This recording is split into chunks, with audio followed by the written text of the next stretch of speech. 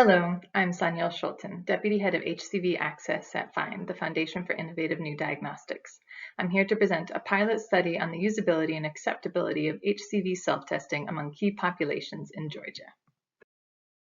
So, a few words of background about self-testing. Self-testing is a process in which a person collects his or own specimen and then performs testing and interprets the results, often in a private setting, either alone or with someone that they trust. So self-testing has been shown to significantly increase the uptake of HIV testing services. And numerous studies have demonstrated usability and acceptability of HIV self-testing as well as high accuracy. Based on a strong evidence base in 2016, WHO published global guidelines on HCV self-testing.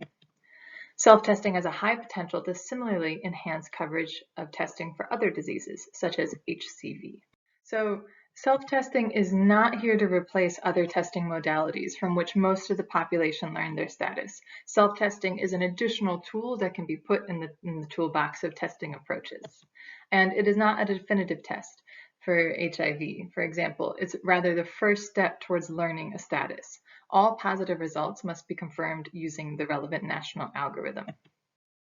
So in order to help grow this evidence base to understand how self-testing works for hepatitis C, FIND has embarked on a number of self-testing studies. And we've been looking at both the oral fluid prototype as well as a blood-based fluid prototype. And we've been looking at feasibility and acceptability of the oral and blood HCV self-tests, as well as a diagnostic accuracy study of the blood and oral fluid tests.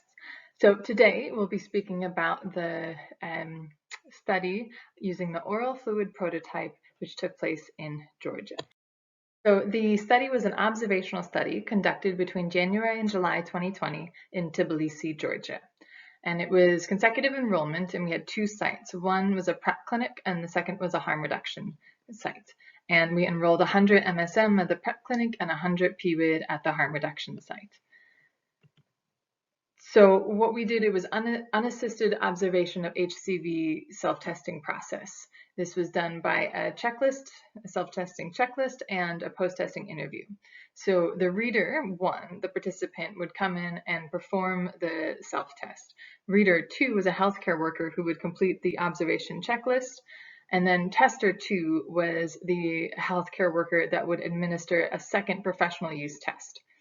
Now this was done so we can understand the inter-reader agreement as well as the inter-operator agreement.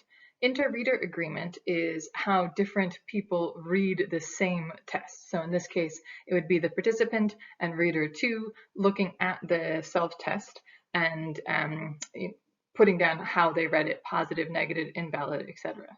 And then inter-operator agreement is the agreement between the self-test, what the self-test result was, and then what the result of the professional use test administered by the healthcare worker was. So the study outcomes that we were interested in were the usability. Is the test easy to use? Is the instructions for use easy to understand? The reliability, do they agree? And the acceptability, are people willing to use the test in the future? At what price point?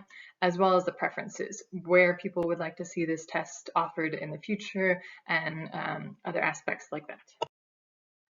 So the results, the demographics. The MSM participants were younger than the PWID population, at 35 in the PWID and 24 years in the MSM. The majority of the participants were male. The MSM had a higher educational level compared to the PWID. Now, the first-time HCV testers were higher among MSM than PWID, at 74% of MSM testing for HCV for the first time, compared to 42% of the PWID testing for HCV for the first time. Compared to the PWID, more MSM participants were aware of other existing self-tests, pregnancy tests, blood sugar, etc.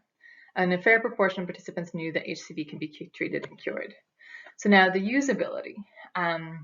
Both the majority of PWID and MSM were able to complete the test without any mistake, and to correctly interpret the results. The inter-reader agreement was at 97 and 99% respectively among the PWID and MSM, and inter-operator 82 and 92.